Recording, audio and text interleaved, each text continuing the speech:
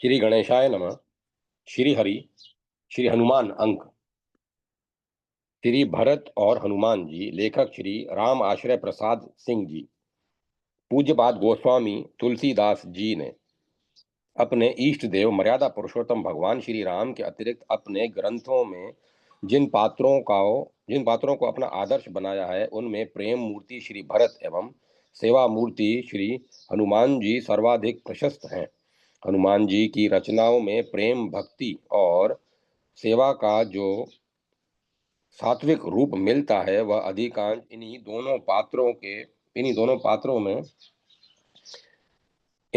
पात्रों के माध्यम से स्पष्ट हो सका है।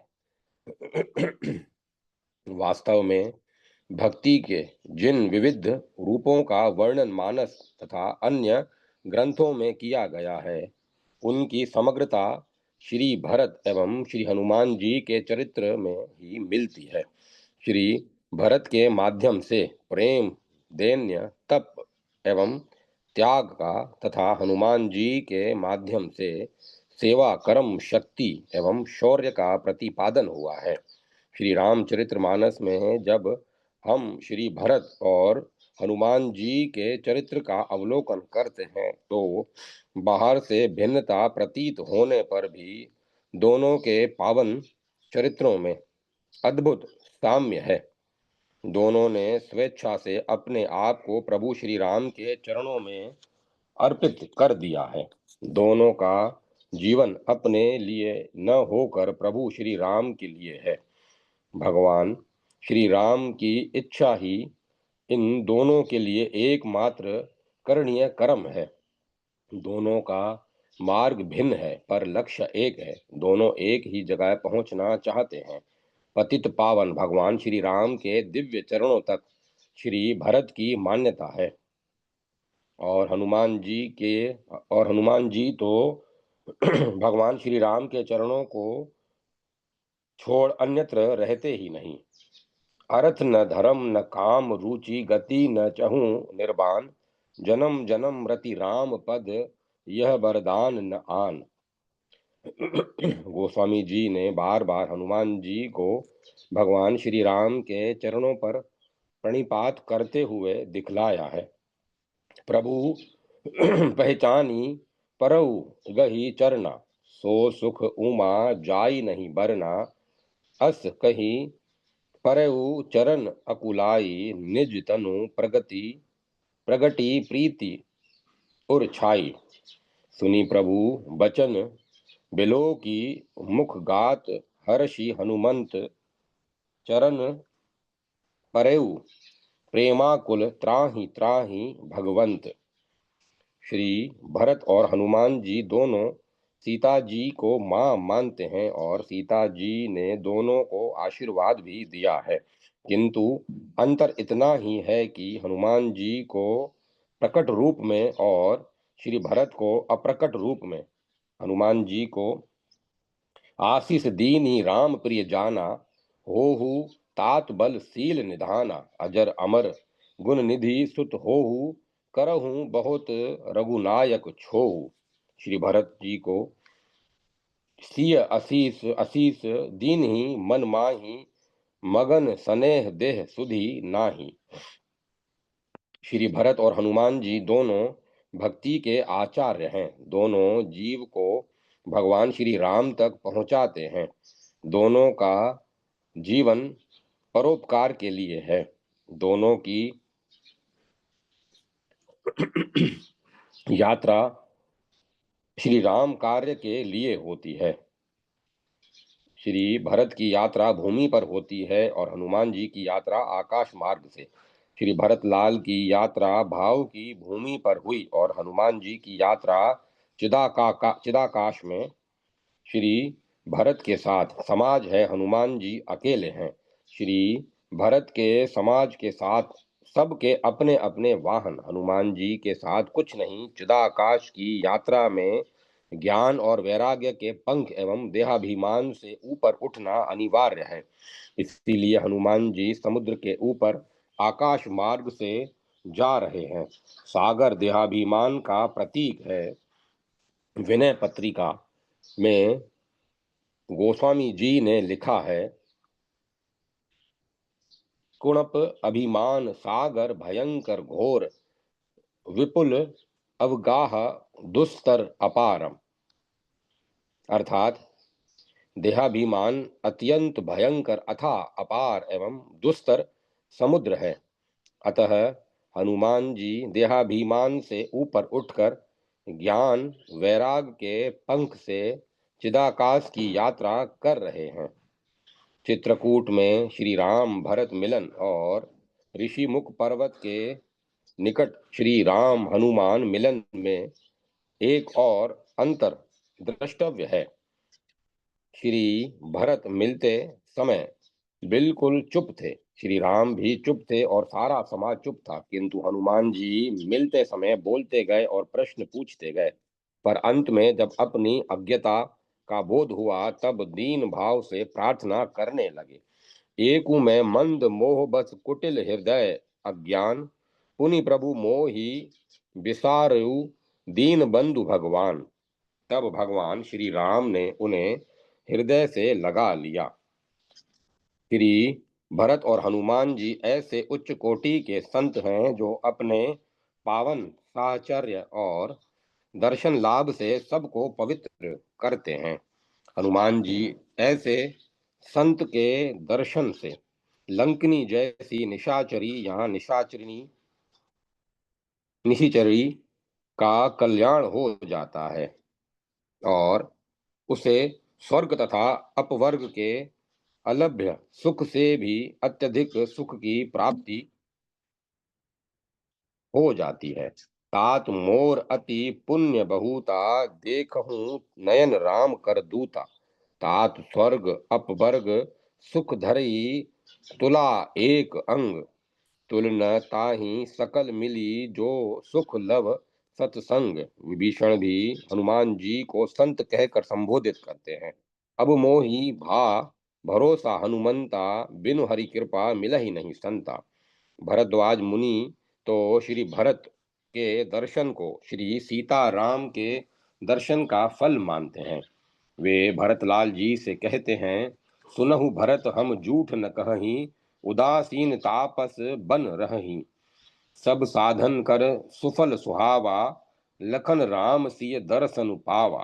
ते ही फल कर फलु दर्श तुम्हारा, सहित त्याग सुभाग हमारा। हनुमान जी श्री भरत जी की सराहना करते हैं और श्री भरत हनुमान जी की। हनुमान जी की धारणा है कि श्री भरत का चरित्र अद्वितीय महासागर है। धरती का सागर तो श्री भरत चरित्र सागर के समक्ष अत्यंत छोटा और न्यून है। धरती के सागर को सगर पुत्रों ने खोदा है, देवता और दैत्यों ने मथा है, स्वयं हनुमान जी ने लांघा है, नल नील ने बांधा है और अगस्त जी ने पी लिया है। किंतु श्री रघुनाथ जी के भाई श्री भरत जी की महिमा को कौन तर सकता है। धनी भरत करत भयो, मगन मौन रहो मन अनुराग रयो है। यह जल निधि खेन्यो मथ्यो लग्यो बांध्यो अचयो है। तुलसीदास रघुबीर बंधु महिमा को सिंधु तीर को कवि पार गयो है। हनुमान जी अत्यंत स्पष्ट शब्दों में कहते हैं कि यदि धरती पर भरत जी का जन्म नहीं हुआ होता तो खाड़े की धार रूप इस दुर्गम मार्ग पर चलकर प्रेम व्रत का आचरण कौन करता। हो तो नहीं जो जग जन्म भरत को, जो कपि कहत कृपान धार मग चली आचरत वर्त को। दूसरी ओर श्री भरत पवन तनय हनुमान जी की प्रशस्ति गाते नहीं थकते। अपने को मूढ़ कहते हुए श्री भरत हनुमान जी को शुद्ध चित्त सुमति वाला और सुहृद कहते हैं। उनकी युक्ति है कि हे हनुमान, तुम भगवान श्री राम के पैरों को पकड़कर मेरी एक विनय सुनना। मुझ मूढ़ को मेरी माता ने प्रभु को कष्ट पहुंचाने के लिए व्यर्थ ही जन्म दिया है, क्योंकि मैं उनका सेवक कहलाकर भी समय उपस्थित होने पर उनकी सहायता न कर सका। विनय सुनावी परी पाए, कहो कहाँ कपिस तुम सुचि सुमति सहृदय सुभाय। स्वामी संकट हेतु हो जड़ जननी जनयो जाय। समो पाई कहाई सेवक घटियो तो न सहाय। इतना ही नहीं, श्री राम विरह सागर में डूबते हुए श्री भरत को जब हनुमान जी ने यह समाचार दिया कि रघुकुल तिलक भगवान श्री राम अपने अनुज और धर्म पत्नी सीता के साथ सकुशल वापस आ रहे हैं, तब श्री भरत ने दौड़कर हनुमान जी को गले लगाते हुए कहा, तुम्हारे दर्शन मात्र से ही मेरे सारे कष्ट मिट मिट गए। जो आज तुम जैसे राम प्रीते से भेंट हुई। श्री भरत और हनुमान जी दोनों भक्तवत्सल दीन बंधु भगवान श्री राम के अनन्य भक्त एवं सेवक हैं। भगवान श्री राम की लीला में श्री भरत और हनुमान जी दोनों को जो भाग दिया गया था, उसका वे पूर्ण रूप से निर्वाह करते हैं। दोनों ही साधकों की सहायता करते हैं। संतों की मान्यता है कि प्रभु श्री राम भक्ति की प्राप्ति के लिए भरत चरित्र का पाठ नियम पूर्वक करना चाहिए। अयोध्या कांड के अंत में गोस्वामी जी कहते हैं, भरत चरित करी नेमु तुलसी जो सादर सुनहि। सिय राम पद प्रेम अवसी होई भवरस बिरती। हनुमान जी का चरित्र भी ऐसा ही पावन है। ये वैराग्य के प्रतीक तो हैं ही, कर्म सेवा और भक्ति के मानदंड भी हैं। हनुमान जी भक्तों की कामनाओं की भी पूर्ति करते हैं और प्रभु भक्ति तथा श्री राम प्रेम भी प्रदान करते हैं। श्री भरत भक्त सेवा में प्रेम विग्रह है, तो हनुमान जी भगवत प्रेम में सेवा विग्रह है। जय माता सरस्वती। जय माता सरस्वती। जय मां सरस्वती। पढ़ो, समझो और करो। जीवन दाता हनुमान जी सन 1959 ईस्वी में मेरी सिकमी जमीन की मकई कुछ विरोधी भाइयों ने जबरदस्ती काट ली। जब मैं स्कूल से गांव पहुंचा तो लोग मुझे धिक्कारने लगे। मेरी पत्नी ने भी पूजा पाठ के समय ताना मारा। मैं रो पड़ा। इसी समय मन में आया कि आजीवन जिस पथ से चला हूँ उसी पथ से मैं विरोधी भाइयों का भी प्रतिकार करूंगा तथा शेष खेतों को स्वयं काटूंगा। इसके लिए मैंने हनुमान चालीसा का 100 बार पाठ किया और जलपान करके खेत की ओर चल पड़ा। पत्नी घबराई। उसने मेरे भाई और एक मजदूर को साथ कर दिया। मैं लगातार हनुमान चालीसा का पाठ करता हुआ 11 बजे खेत पर पहुंचा। वहां कोई न था। आंखें उठाई तो सामने हनुमान जी की एक विशाल मूर्ति दिखाई दी, जो एक पैर दूसरी जांग पर टेके सुरसा के सामने वाले विशाल रूप में थे। मैंने एक विचित्र स्फूर्ति का अनुभव किया और खचाखच मकई काटने लगा, पर मेरा भाई और मजदूर भयभीत होकर चारों ओर घूम घूम कर देखने लगे। वे बीच बीच में मकई भी काटते जाते थे। लगभग 3 घंटे तक हम लोग मकई काटते रहे। मुझे बड़ा उत्साह था और बार बार मैं उनसे कह रहा था कि देखो, सामने हनुमान जी स्वयं हमारी रक्षा के लिए आ गए हैं। पर वे उन्हें नहीं देख पा रहे थे और बोझ ढो लेंगे कहकर वे मुझे खेत पर से हट जाने के लिए विनय करने लगे, क्योंकि बगल में मकई खेत में कुछ शोरगुल होने लगा था। मैंने उनसे कहा कि जब तक मैं हूं बोझ ढोकर ले जाओ, नहीं तो आपत्ति की आशंका है। विरोधियों की ओर से एकाध आदमी झांकी लेकर चले गए। बोझ ढोने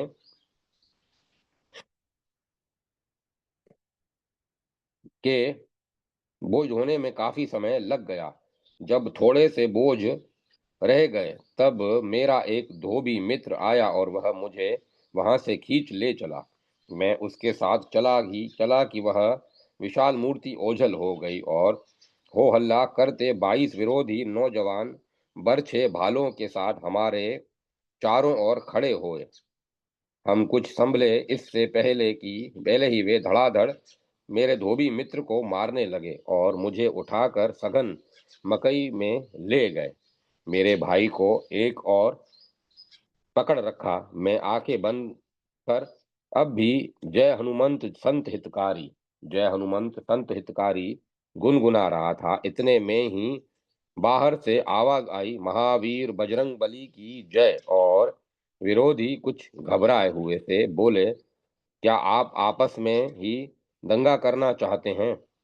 मैंने कहा, जल्दी मुझे जहां से उठा कर लाए हो वहीं रख दो, नहीं तो अनर्थ हो जाएगा। उन्होंने वैसा ही किया और 60-70 जवान जो पड़ोस के गांव से मेरे वध का समाचार सुनकर आए थे, मेरे इशारे पर वापस लौट गए।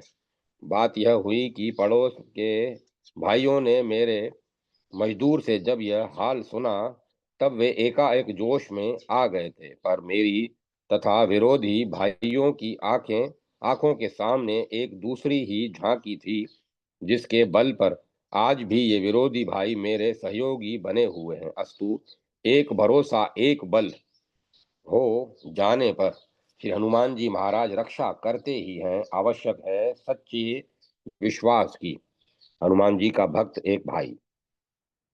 निस्संदेह हनुमान जी ही प्रकट हो गए। राजस्थान के अंतर्गत मेवाड़ राज्य में स्थित सियारवा ग्राम उदयपुर में महाराणा सज्जन सिंह ने ब्राह्मणों को प्रदान कर दिया था तथा इस ग्राम दान के अतिरिक्त उन्हें राज्य की ओर से 1200 रुपए की भेंट भी मिलती थी।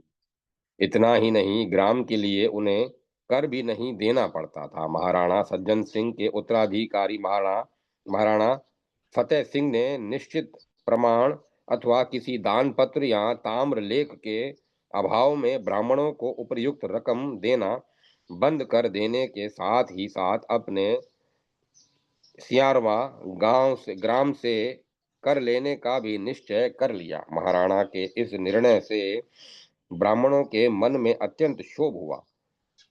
बात सन 1922 ईस्वी की है।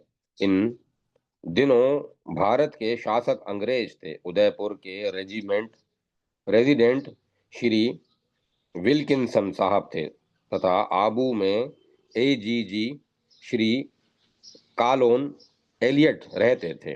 यद्यपि भारत सरकार का राजनीतिक विभाग, पॉलिटिकल डिपार्टमेंट, देशी राज्यों के भीतरी मामलों में हस्तक्षेप नहीं करता था, तथापि सियारवा ग्राम के ब्राह्मणों के विशेष आवेदन पर एलिट महोदय ने मामले को स्वयं समझना चाहा।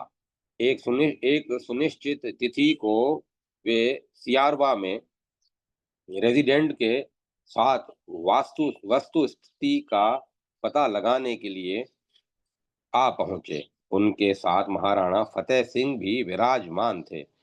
सियारवा ग्राम उदयपुर के सन्निकट ही है।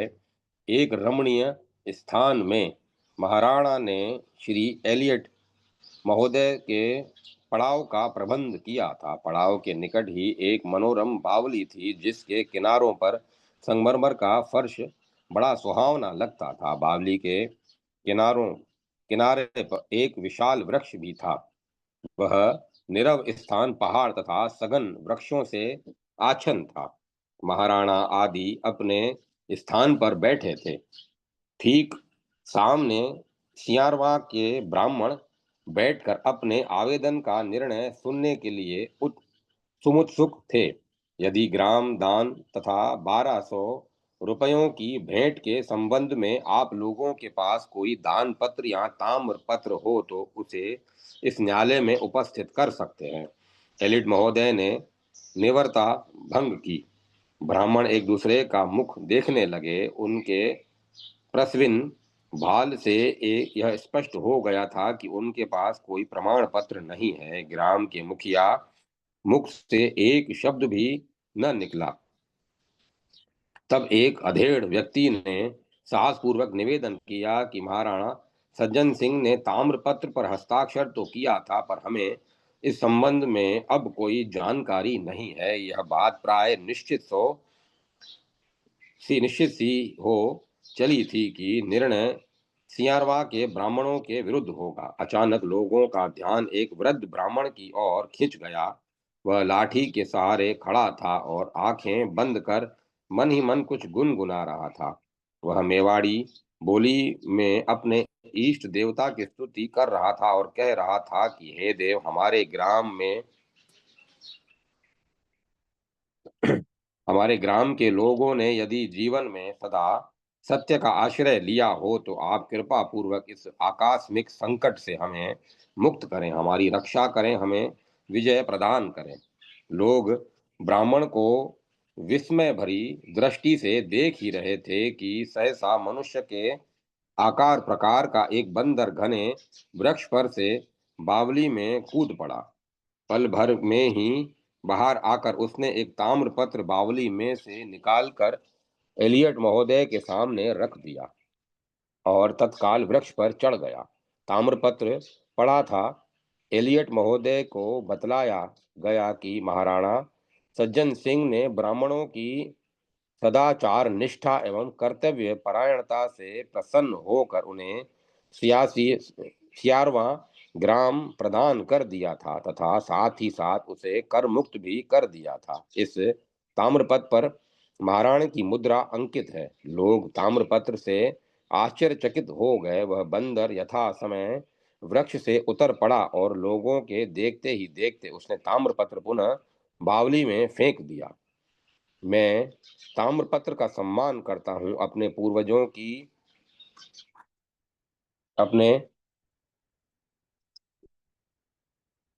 पूर्वजों की उदारता की हृदय से सराहना करता हूं। ब्राह्मणों के प्रति पूज्य भाव तथा श्रद्धा निष्ठा मेरी वंश परंपरा की अक्षय निधि है।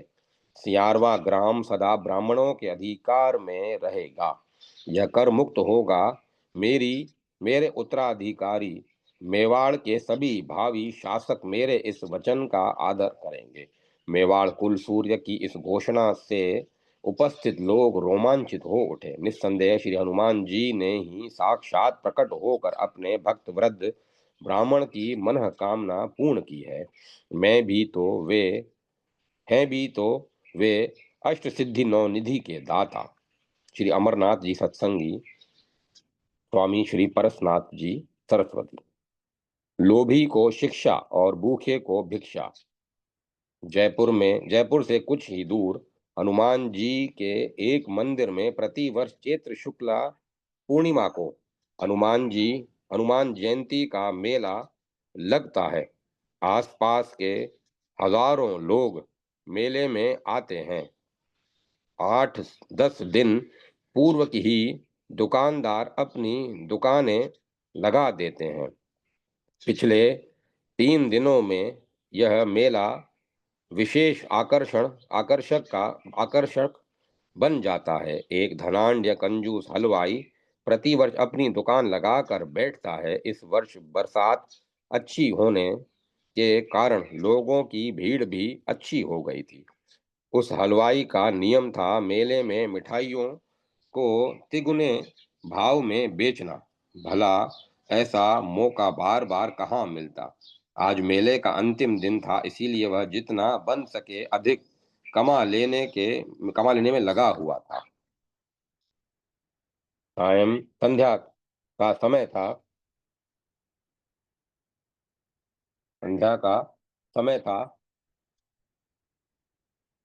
मेला धीरे धीरे शांत होता जा रहा था। उसी समय एक मस्त साधु ने आकर हलवाई के हाथ में 4 आने पैसे चवन्नी रखकर कहा, इस 4 आने के पाव भर पेड़े दे दो। हलवाई ने चवन्नी देखी और पाव भर पेड़े की मांग सुनी तो उसका मिजाज ठिकाने पर न रहा। वह ऊंचे स्वर से बोला, बाबा जी, पेड़े का भाव 3 रुपए सेर का है। एक पाव पेड़े के लिए 12 आने दीजिए। सेठ जी, साधु ने शांत स्वर से में कहा, कल से तो मैंने श्री हनुमान जयंती का उपवास रख कर रखा है। आज भी कुछ खाया नहीं और मेरे पास 4 ही आने हैं। अतः आप कृपया 4 आने के 1 पाव पेड़े दे दीजिए। मुझे बहुत भूख लगी है। भूख लगी है तो इस गड्ढे में गिर पड़ो। चवन्नी को सामने के एक गड्ढे में फेंक कर हलवाई बोल उठा, तुम्हारे बाप का माल है जो मुफ्त में लेना चाहते हो। सेठ जी, साधु ने कहा, सामने वाले ध्वजाधारी महाबली हनुमान मेरे बाप होते हैं और आपके भी बाप हैं। उनके निमित्त से ही आप मुझे आप बहुत रुपए कमा लेते हैं। अतः मेरे बाप का ही माल है। आप पाव भर पेड़े न दे सके तो मेरी चवन्नी वापस दीजिए। मैं दूसरी दुकान से कुछ ले लूंगा। संध्या होने लग आई है। दुकानें उठ जाएंगी तो मुझे आज भी भूखा रहना पड़ेगा। चवन्नी चाहिए? हलवाई बोला, तो सामने के गड्ढे में से ले लो। मुझे फुर्सत नहीं है, बड़ा आया है पेड़े खाने। और वह दूसरे ग्राहक को माल देने में व्यस्त हो गया। श्री हनुमान जी की ओर देखता हुआ वह निराश साधु एक पत्थर के ऊपर बैठ गया।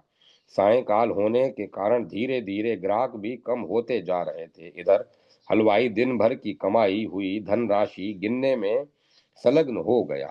490 रुपये गिनकर उसने एक थैली में बांध दिए, किंतु लोभ का मारा वह अब भी बैठा रहा कि 10 रुपए की बिक्री और हो जाए तो 500 रुपये पूरे हो जाएंगे।